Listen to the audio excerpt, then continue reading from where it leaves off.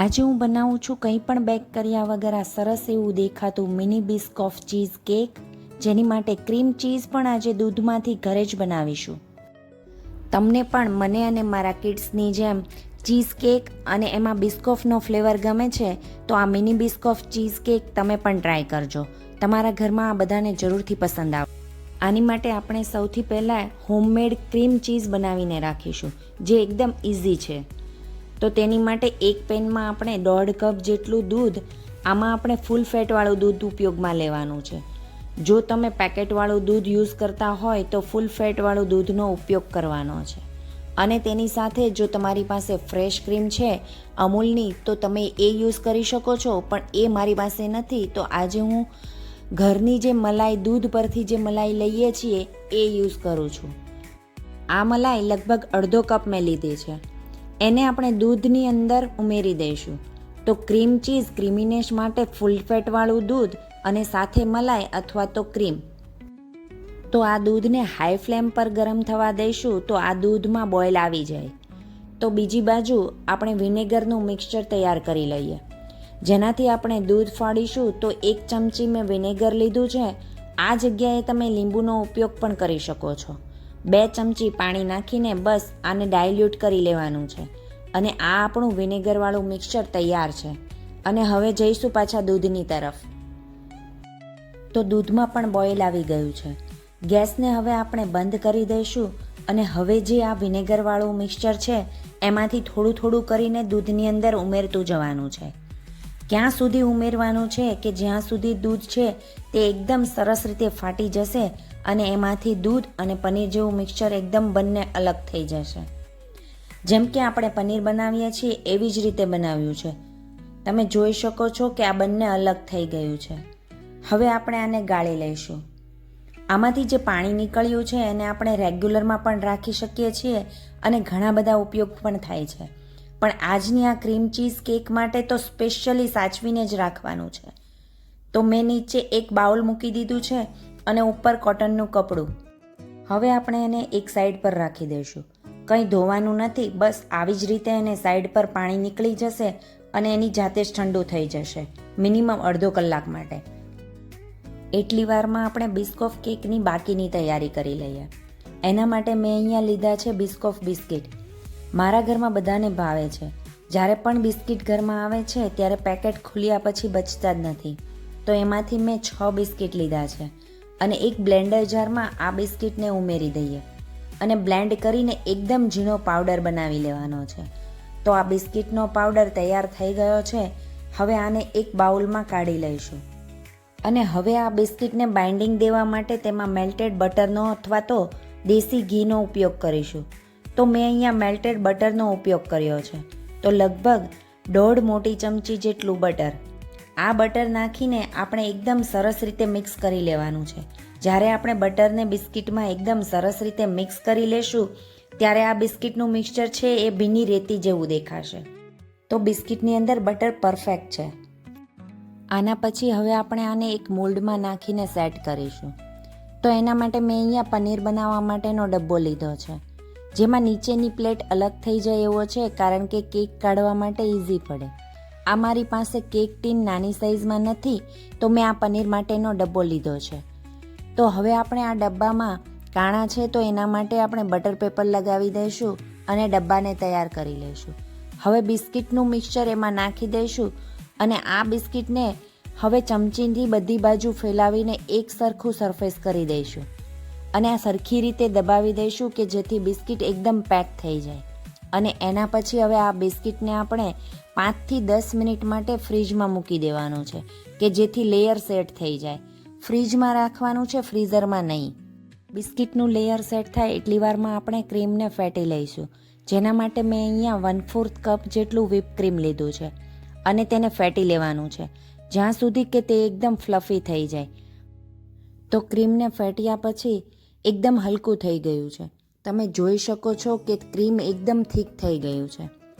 હવે બાઉલને આપણે ઊંધું કરીને ચેક કરીશું તો ક્રીમ પડશે પણ નહીં.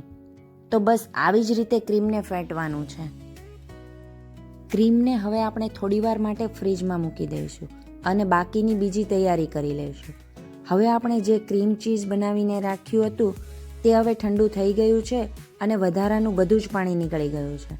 તો હવે આને આપણે ક્રીમ ચીઝ બનાવીશું, જેના માટે એક બ્લેન્ડર જારમાં આ મિક્સચરને ઉમેરી દેવાનું છે અને સાથે એક ચપટી મીઠું પણ ઉમેરવાનું છે. આપણે આને પલ્સ મોડ પર એટલે કે અટકીને ચલાવીને એકદમ સ્મૂથ ટેક્સચર થાય એટલું જ બ્લેન્ડ કરવાનું છે. અમુક સેકન્ડ માટે જ મેં આને બ્લેન્ડ કર્યું છે. આને બહુ જ વધારે ઓવર બ્લેન્ડ ક્યારેય પણ નહીં કરતા. અત્યારે આનું ટેક્સચર હજુ પણ મને થોડું કડક લાગે છે, તો મેં આમાં ગાળીને પાણી અલગ રાખેલું એ પાણીમાંથી 2 ચમચી પાણી નાખ્યું છે અને ફરી વખત એને પલ્સ મોડ પર ચલાવવાનું છે. અને હવે આની એકદમ સ્મૂથ અને ક્રીમી ટેક્સચર આવી ગયું છે. તો આ બની ગયું છે આપણું ક્રીમ ચીઝ. તો આવી રીતે જો તમને લાગે કે વધારે કડક છે તો થોડું પાણી વધારે નાખીને થોડી જ સેકન્ડ માટે બ્લેન્ડ કરી લેવાનું છે. વધારે બ્લેન્ડ ક્યારેય નહીં કરવાનું. અને આ આપણું ઘરે બનાવેલું ક્રીમ ચીઝ તૈયાર છે. હવે આ ક્રીમ ચીઝને આપણે બધું જ ઉપયોગમાં લેવાનું છે. આપણી ચીઝ કેક માટે અને માપમાં જોઈએ તો અડધો કપ જેટલું ક્રીમ ચીઝ લીધું છે.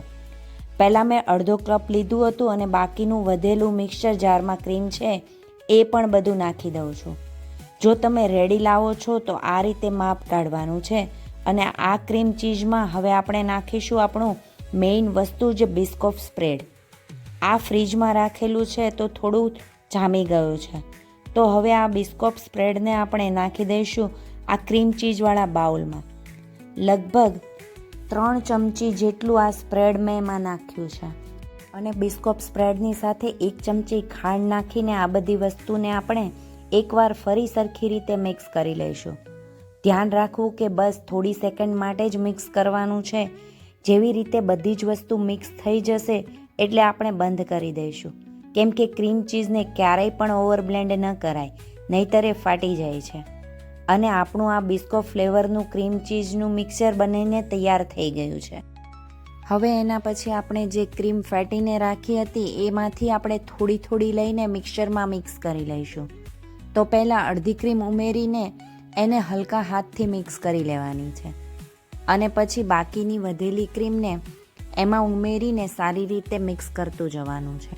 તો આપણું આ ક્રીમી ક્રીમ ચીઝવાળું બિસ્કોફ મિક્સર તૈયાર થઈ ગયું છે. એના પછી જે આપણે બિસ્કિટ સેટ કરવા માટે મૂકેલા એનું લેયર પણ સેટ થઈ ગયું છે.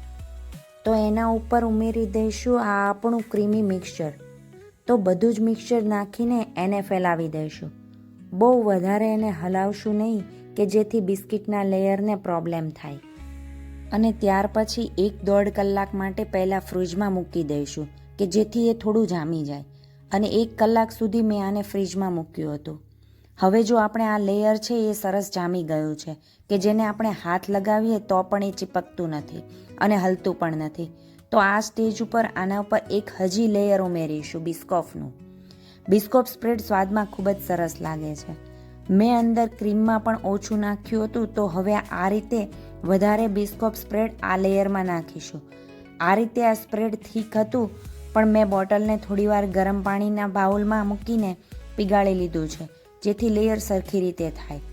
અને જ્યારે પણ આને બહાર કાઢીશું તો એકદમ સરસ 3 લેયરમાં દેખાશે. બસ આના પછી આપણે મૂકી દઈશું આને ફ્રીજની અંદર આખી રાત માટે સરસ રીતે જામી જવા માટે. તો આને આખી રાત માટે મૂક્યું હતું ફ્રીજમાં. તો હવે આપણું બિસ્કોફ ચીઝ કેક સરસ રીતે જામી ગયું છે. તમે જોઈ શકો છો કે કેટલું સરસ લાગે છે. તો બસ હવે આપણે આને ડબ્બામાંથી કાઢી લઈશું. તો એને કાઢવા માટે મેં અહીંયા એક ગ્લાસ લીધો છે અને એના ઉપર ડબ્બો મૂકી દઈશું અને નીચેથી થોડું થોડું પ્રેસ કરીશું તો એકદમ ઇઝી રીતે બહાર આવી જશે. હવે ડબ્બામાં જે બટર પેપર લગાવેલું એ નીકાળી લઈશું. વાવ, તમે જોઈ શકો છો કે કેટલું સરસ દેખાય છે. 3 લેયર એકદમ અલગ અલગ છે અને આપણી બિસ્કોફ ચીઝ કેક બનીને તૈયાર છે. એકદમ સરળ છે આ ઘરે ચીઝ કેક બનાવવાની.